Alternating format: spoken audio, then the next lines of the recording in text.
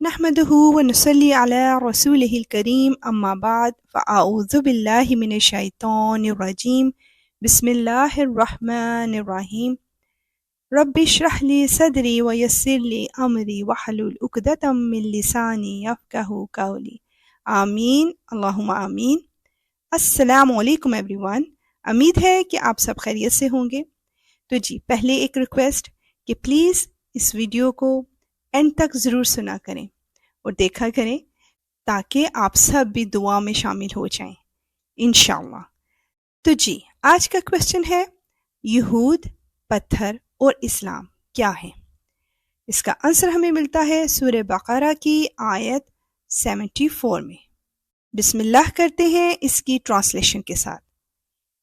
اس سب کے بعد تمہارے دل پھر سخت ہو گئے، یہاں تک کہ وہ ایسے ہو گئے جیسے پتھر، بلکہ سختی میں کچھ ان سے بھی زیادہ، کیونکہ پتھروں میں سے کچھ ایسے بھی ہوتے ہیں جن سے نہریں پھوٹ بہتی ہیں، اور انہی میں سے کچھ وہ ہوتے ہیں جو خود پھٹ پڑتے ہیں اور ان سے پانی نکل آتا ہے، اور انہی میں وہ پتھر بھی ہیں جو اللہ کے خوف سے لڑک جاتے ہیں، اور اس کے برخلاف جو کچھ تم کر رہے ہو اللہ اس سے بے خبر نہیں ہے، بے شک یا رب العالمین۔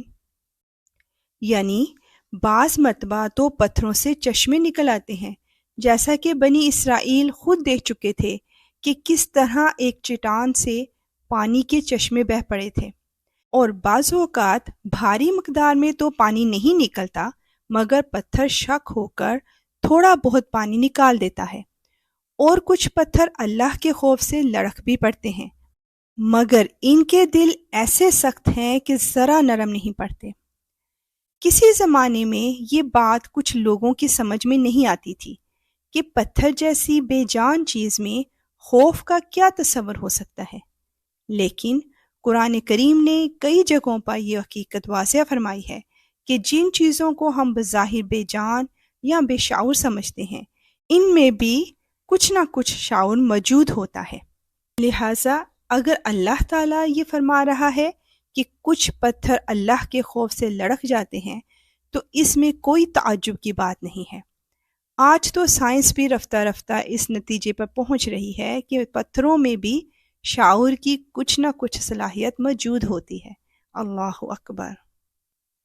اور یہود یہ بھی دیکھ چکے تھے کہ جب تجلیات الہی پہاڑ پر پڑا تو وہ ریزہ ریزہ ہو گیا تھا، اور حضرت موسیٰ علیہ السلام بے ہوش ہو کر گر پڑے تھے، لیکن ان کے دل اس قدر سخت ہیں کہ ان کے اندر کسی قسم کی کوئی نرمی یا تر و تازگی پیدا نہیں ہوتی، ان میں خوف خدا سے دھڑکن نہیں پیدا ہوتی، بلکہ وہ نہایت سخت، خشک، بنجر اور پتھر دل ہیں۔ اسی لیے انہیں وارن کیا جا رہا ہے کہ اللہ تمہاری کرتوتوں سے بے خبر نہیں ہے، بے شک یا رب العالمین۔ اللہ سبحانہ وتعالیٰ ان پر انعامات کی بارش کرتا رہا، اور اس کے مقابلے میں یہ لوگ ثابت قدمی سے بار بار کفران نعمت کرتے رہے۔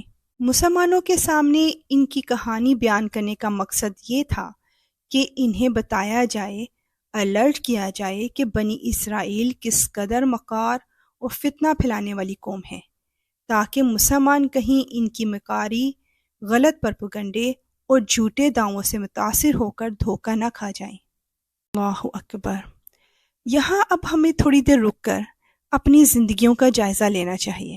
اللہ سبحانہ وتعالیٰ نے تو ہمیں بھی بے شمار نعمتوں سے نواز رکھا ہے، تو کیا ہم صحیح معنوں میں ان نعمتوں کا شکر ادا کر رہے ہیں؟ یا جو دعویٰ ہم مسلمان کرتے ہیں کہ اللہ کے سوا کوئی عبادت کے لائق نہیں اور محمد صلی اللہ علیہ وآلہ وسلم اللہ کے رسول ہیں، کیا ہماری زندگیاں اس دعوے کی عکاسی کرتی ہیں؟ آئیے اب مل کر اللہ سبحانہ وتعالیٰ سے ہم اپنی ہدایت کی دعا کرتے ہیں۔ اے پروردگار، ہمارے گناہوں کو بخش دے اور ہم سے ہمارے کاموں میں جو بے جا زیادتی ہوئی ہے اسے بھی معاف فرما، اور ہمیں ثابت قدمی عطا فرما، اور ہمیں کافروں کی قوم پر مدد فرما۔